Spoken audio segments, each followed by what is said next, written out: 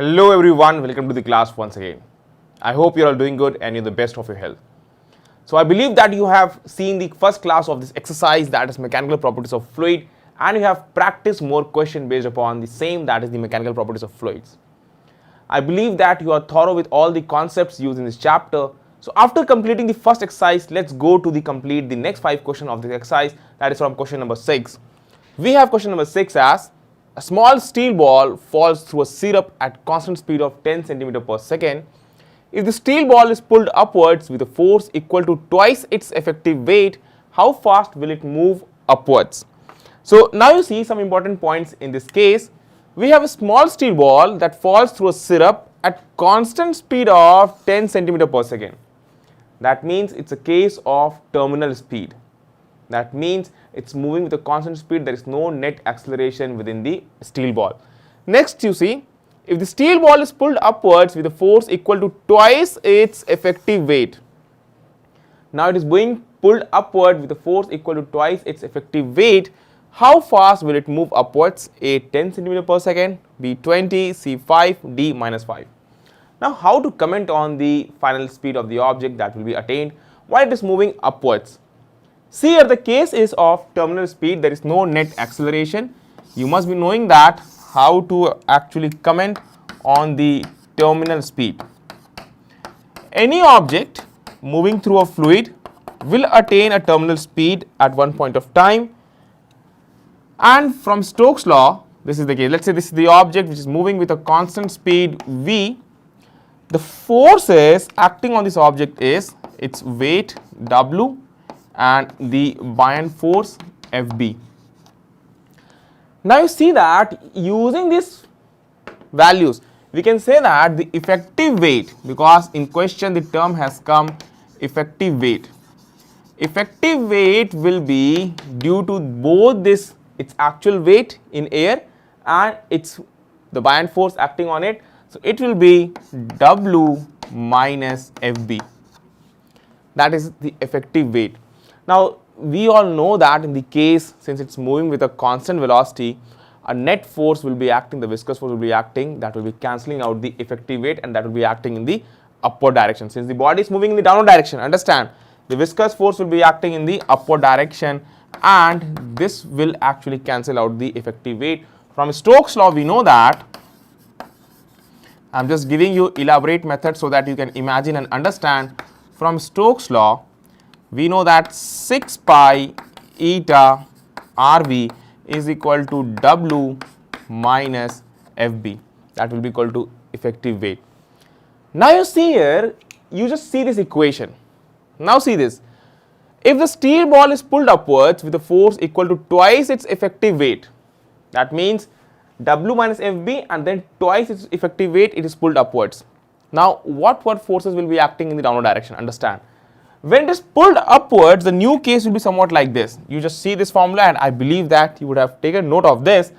Now you see, in the second case, when it is being pulled upwards with the force equal to twice its effective weight, let me show you all here what is happening. This is the case, we have an object, the steel ball, twice effective weight, that means force applied is twice of W minus Fb. The force acting on it is F is equal to twice of W minus Fb. Now viscous force, now you see, this is the external force that is applied, and the force that is acting in the downward direction is W still, understand, and along the downward direction the viscous force will be also be acting. We already saw that this viscous force is also equal to viscous force is W minus Fb, we have evaluated. Now again the effective weight acting along the downward direction will be still W minus Fb. So you see here, the net force is still, although I have shown here W, the effective weight will be due to W and Fb, because Fb still it will be acting along the upward direction. This is the external force that you have applied. Hence, the resultant of W and Fb is W minus Fb acting downward still, and viscous force will be acting in the downward direction. This is equal to W minus FB, we have already evaluated. Hence, the body will be having no net force. Hence, the body will be having no net force. If no net force is acting on the body, that means the body will be moving with the same speed that we have seen. It will be equal to 10 centimeter per second. That is the terminal speed in this case, because rest of all things are same. So the body with what speed will move upwards? It's 10 centimeter per second. Quite logical question.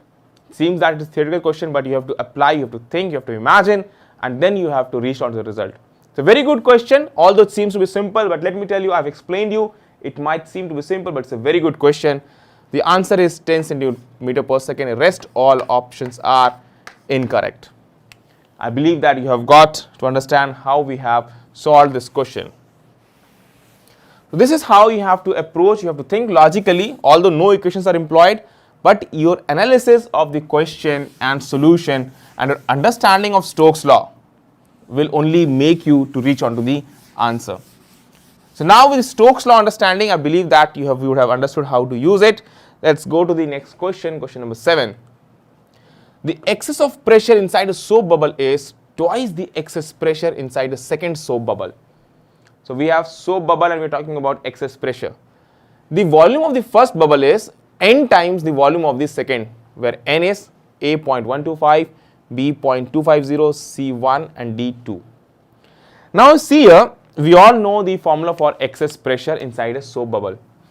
Excess pressure inside a soap bubble is given as 4S by R. This is what we know. Because we have learned that inside a soap bubble it will be equal to 4S by R compared to the pressure outside, it will be X in excess, that is 4S by R, where S is surface tension and R is the radius. The excess of pressure inside a soap bubble is twice the excess pressure inside a second soap bubble.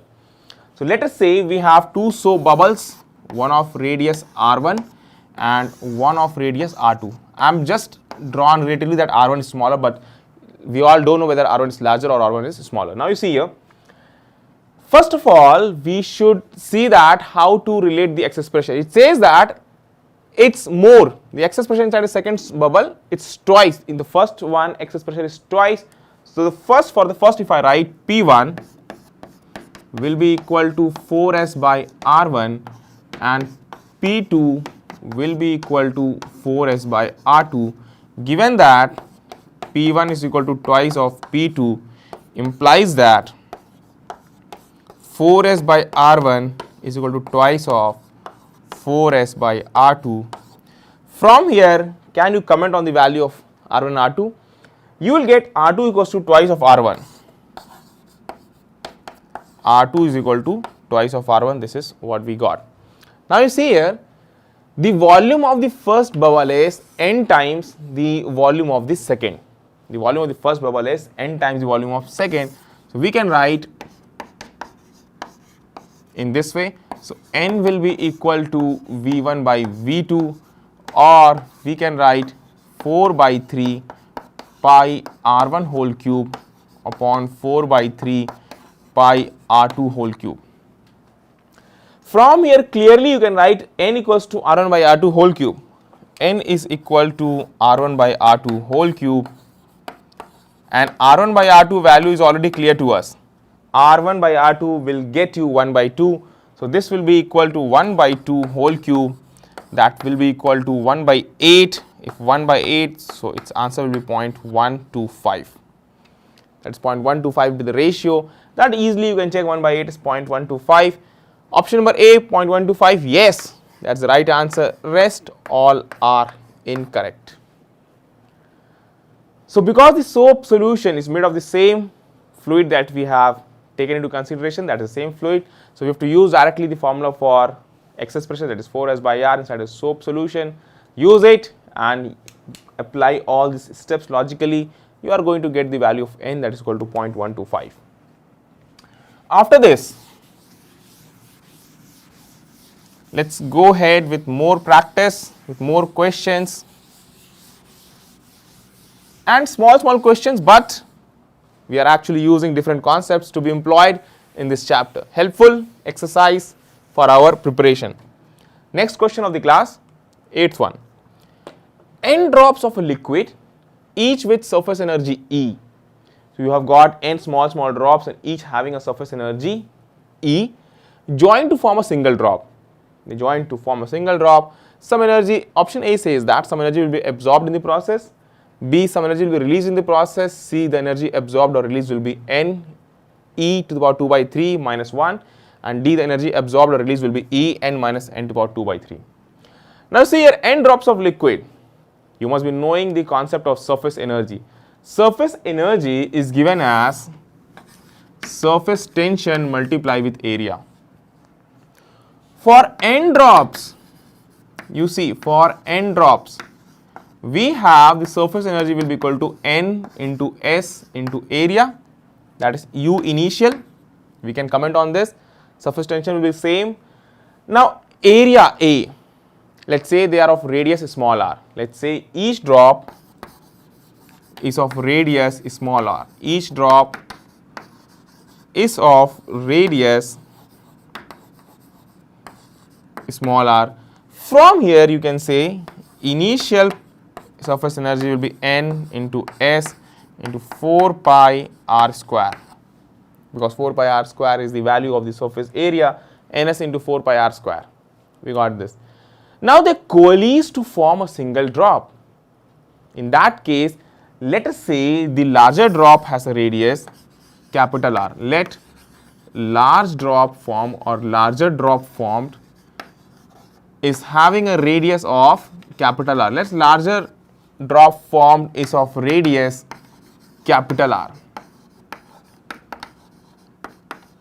Now from here, since all these n drops are combining together and they are forming a larger drop, the volume will be conserved. We can say that n into 4 by 3 pi r cube will be equal to 4 by 3 pi r cube. Not a problem. From here, r will come out to be n to the power 1 by 3 r. This is what we can comment on the value of capital R. Now final surface energy of the final drop. Final surface energy of the larger drop.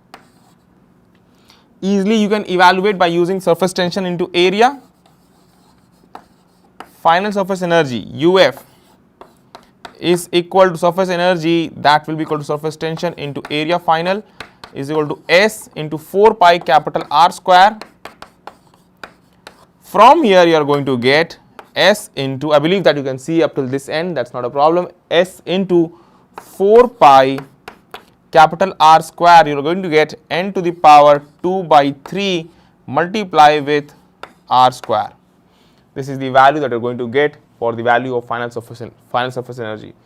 Initial surface energy is n into S 4 pi R square, and we got the final surface energy. If we take their difference, see what we are going to get. Let me rub this part.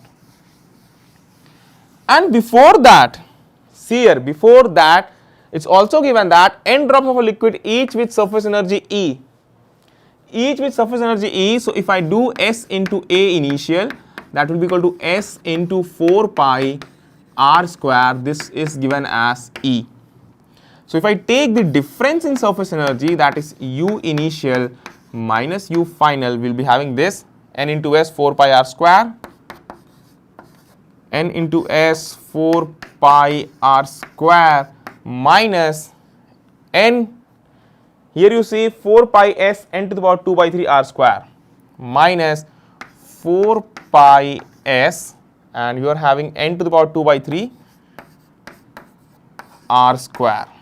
Now easily we can take common some terms. S into 4 pi R square can be taken as common. So S into 4 pi R square can be taken as common, and here you will be having 4 pi R square S we have taken. So n minus 4 pi S R square minus n to the power 2 by 3 n S into 4 pi R square, that is equal to E. So this will be equal to E, and here you will be having n minus n to the power 2 by 3. So this term is positive, it means this much energy will be released. Energy is released because we have done initial energy minus final energy, and the term is positive, so energy will be released because the final surface energy is less. Energy is released. Let's check. A, some energy will be absorbed. No. B, some energy will be released in the process. Yes, this is an option, but let's check the other two also.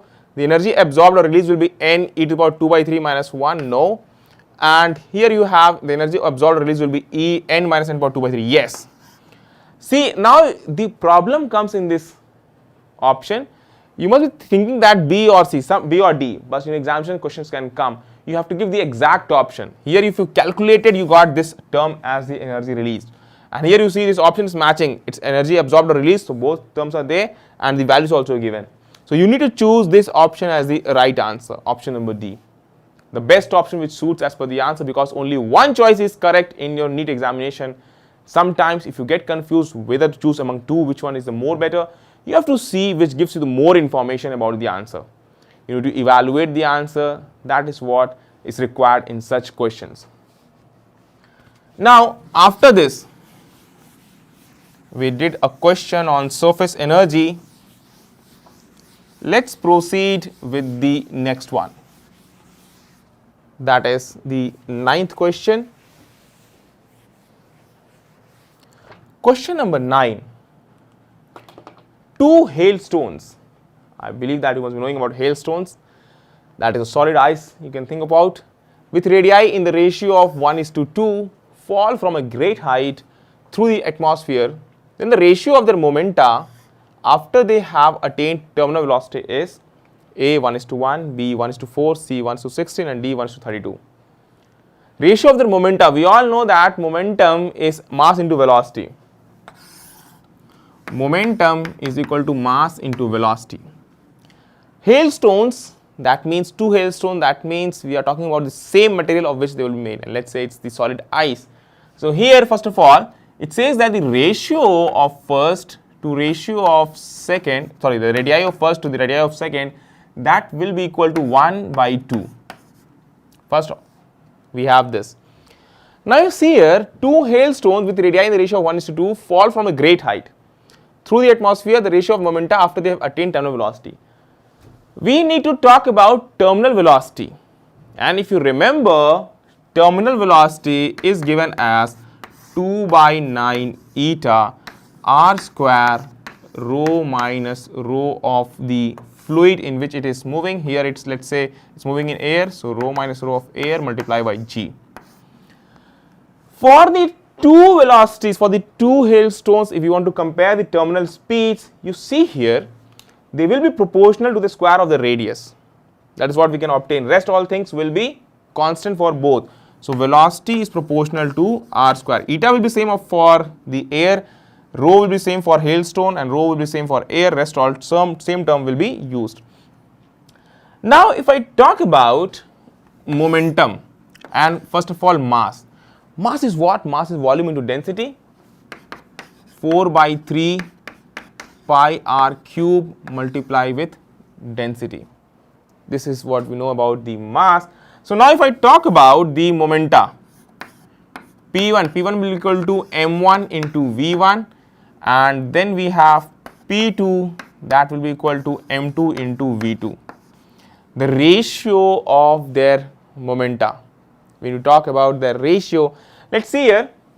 So P1 by P2 will come out to be m1 v1 upon m2 v2. So this will be equal to, v1 by v2 we can write as r1 whole square upon r2 whole square, v1 by v2, and for m1 by m2 we can write r1 whole cube divided by r2 whole cube, because rest of term 4/3 pi into rho, that will be same for both, and v1 is r1 whole square divided by r2 whole square. Clearly you can see that it will be r1 by r2 power 5. r1 by r2 to the power 5, this is what we know. r1 by r2 equals to 1/2. Substitute its value, r1 by r2 is equal to 1/2. So 1/2 to the power 5, that will come out to be 1:32. Clearly the ratio of their momenta will be 1:32. Let's comment on the options. A 1:1 incorrect, B 1:4 incorrect, C 1:16 incorrect, and D 1:32. Right answer is here.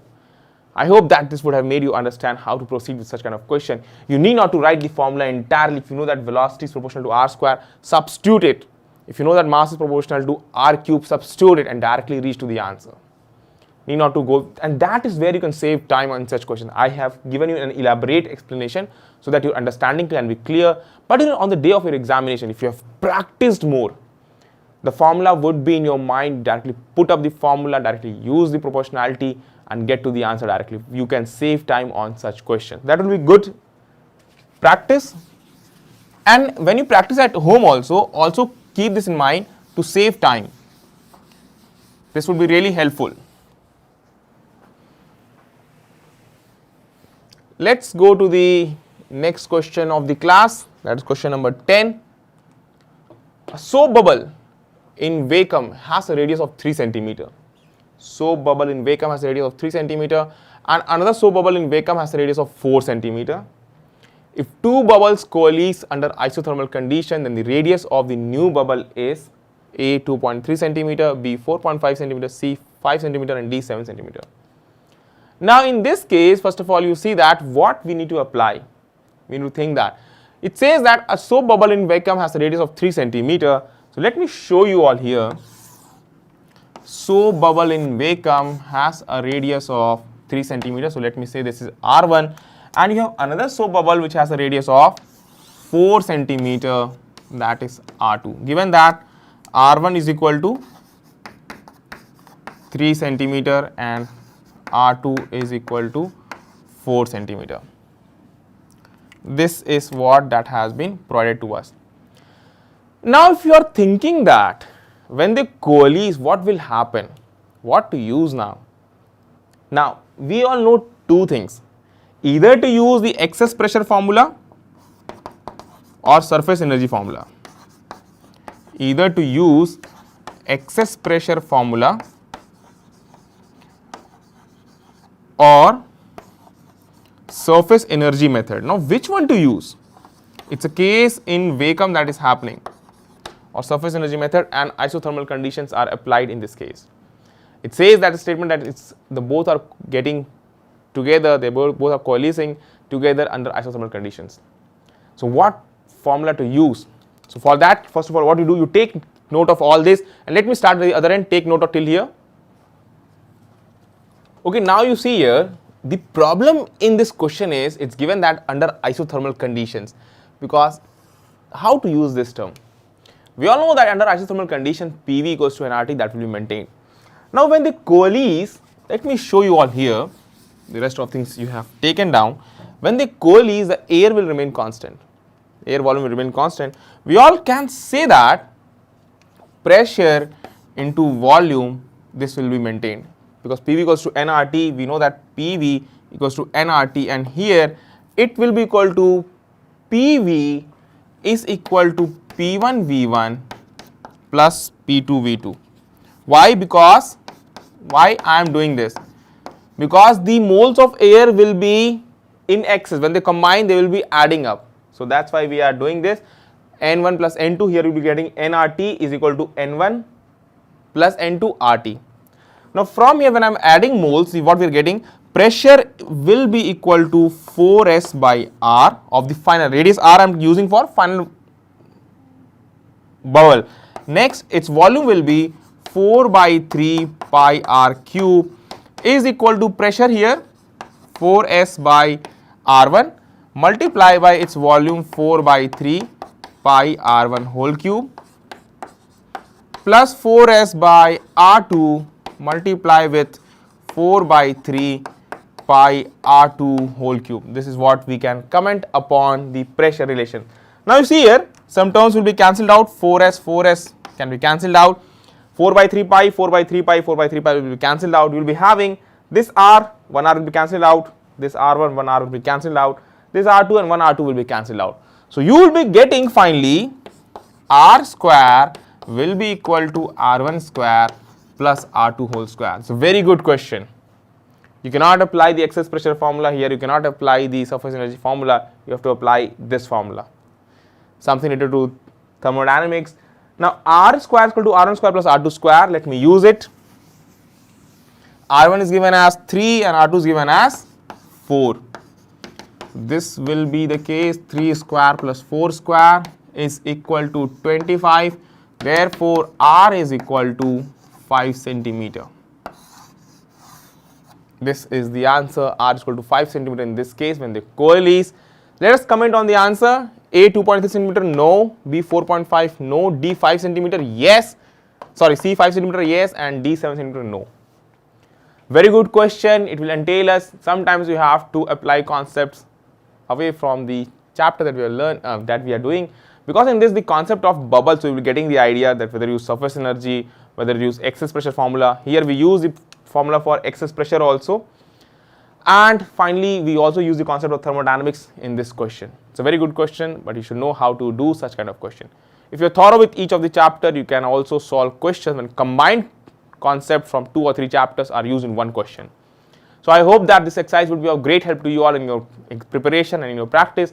After this session, also do practice more questions for your better understanding of the chapter. So I have the first 10 questions for your practice. I wish you all the very best and excel in your examination. Thank you everyone.